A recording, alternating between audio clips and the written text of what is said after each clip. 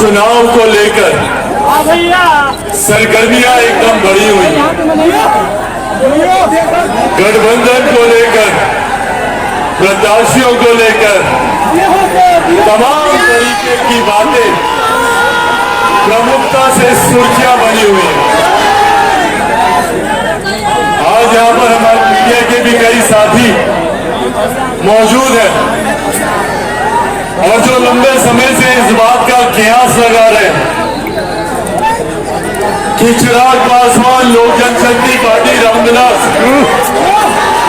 किसके साथ गठबंधन करेगी।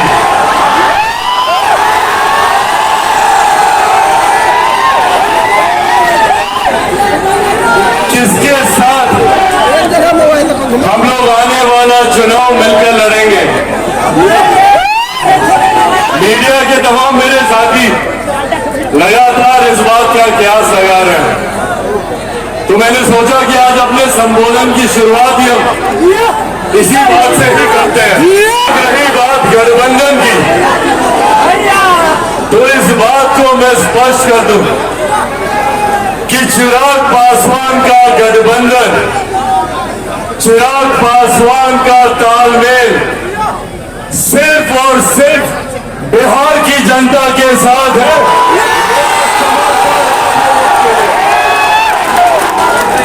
चिराग पासवान जब तक जिएगा, जब तक मेरे शरीर में लहू का एक भी कतरा रहेगा, मैं सिर्फ और सिर्फ बिहार और बिहारियों के समर्पित।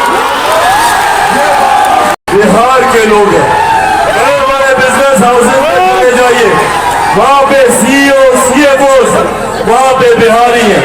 बड़े बड़े अस्पतालों में चले जाइए, वहां के एचओडी बिहारी हैं।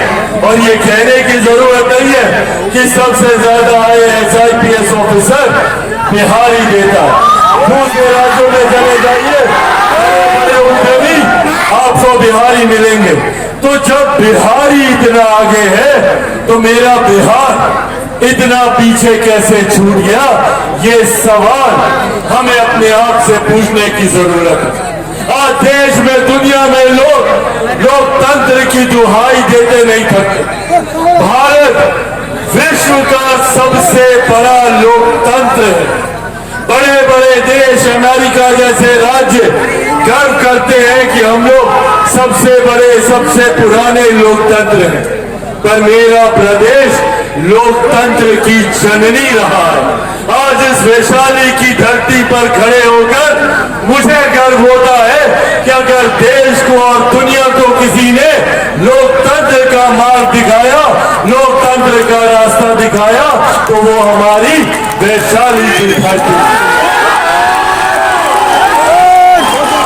एक से एक महापुरुषों ने हमारी धरती पर जन्म लिया, एक से एक महापुरुषों ने हमारी धरती पर आके अपने ज्ञान के रास्ते को आगे बढ़ाने का काम किया। जहां एक तरफ गौतम बुद्ध की धरती, भगवान महावीर की धरती, गुरु गोविंद सिंह जी की धरती, मेरी माता सीता की धरती, ये बिहार रहा है। बड़े बड़े जो लोग राजनीति में चाणक्य नीति अपनाने का काम करते हैं, चाणक्य की धरती रहा है। यहाँ पे गणित में शून्य का आविष्कार करने वाले आर्यभट्ट की धरती, ये हमारा प्रदेश है। हमारा प्रदेश इतना आगे रहा, इतना गौरवशाली हमारे राज्य का इतिहास रहा। बगल में नालंदा यूनिवर्सिटी का जिक्र हम लोग सदियों से सुनते हैं। जब देश को क्या, दुनिया में भी किसी ने शिक्षा के महत्व को नहीं समझा था, तब से हम लोग नालंदा यूनिवर्सिटी की चर्चा करते हैं। जब अलग अलग देशों के राष्ट्रीय अध्यक्ष आते और मां महिम राष्ट्रपति उनके स्वागत में भोज देती हैं, तो उस कार्यक्रम में एक बड़ी तस्वीर नालंदा यूनिवर्सिटी की लगाई जाती है। ये हमारे प्रदेश की पहचान है। पर आज यही प्रदेश विभिन्न प्रकार की समस्याओं से जुड़े और ये जिम्मेदारी अब हम सब पर आती है। हमारी पिछली पीढ़ी ने निरंतरता में संघर्ष किया, हमारे बुजुर्गों ने किया। मैंने खुद अपने नेता, अपने पिता आदरणीय रामविलास पासवान जी को देखा कि किस तरीके से उन्होंने अपना पूरा जीवन समर्पित किया, कि कैसे हम लोग अपने प्रदेश को विकसित राज्य की श्रेणी में लाकर बराबरी पर खड़ा करें। पर कई तरीकों के मतभेदों की वजह से, कई तरीकों के विभाजनों की वजह से हमारा प्रदेश उस विकास की गति को हासिल नहीं कर पाया।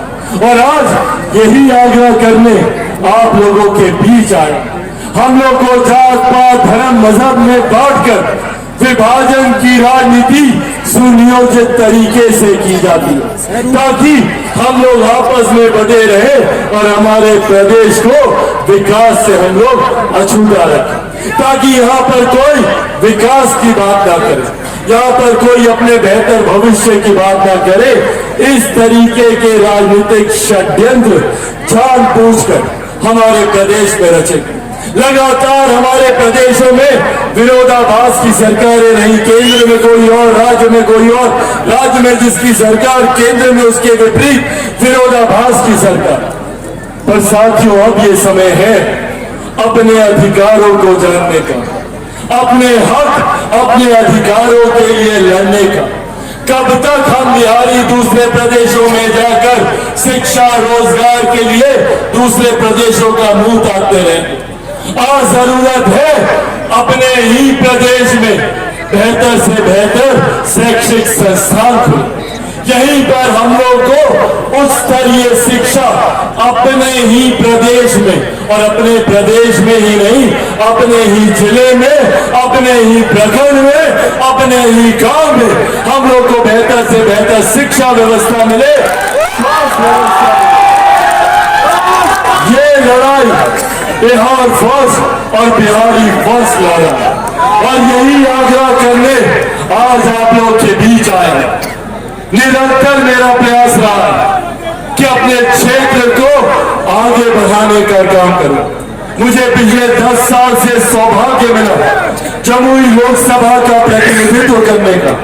2014 में जब पहली बार मैं जमुई गया था, उस वक्त हमारे प्रदेश के ही नहीं, देश के सबसे पिछड़े जिलों में जमुई को गिना जाता था। नीति आयोग की रिपोर्ट में 99 पायदान पर जमुई था। मैंने अपने पहले कार्यकाल में जमुई को 99 पायदान से 9वें पायदान पर लाकर खड़ा करने का मैंने किया।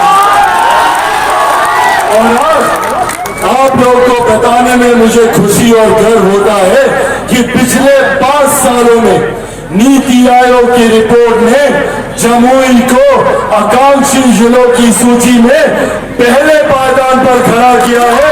ये बिहार फर्स्ट और बिहारी फर्स्ट का योगदान है। ये बिहार फर्स्ट और बिहारी फर्स्ट की सोच है।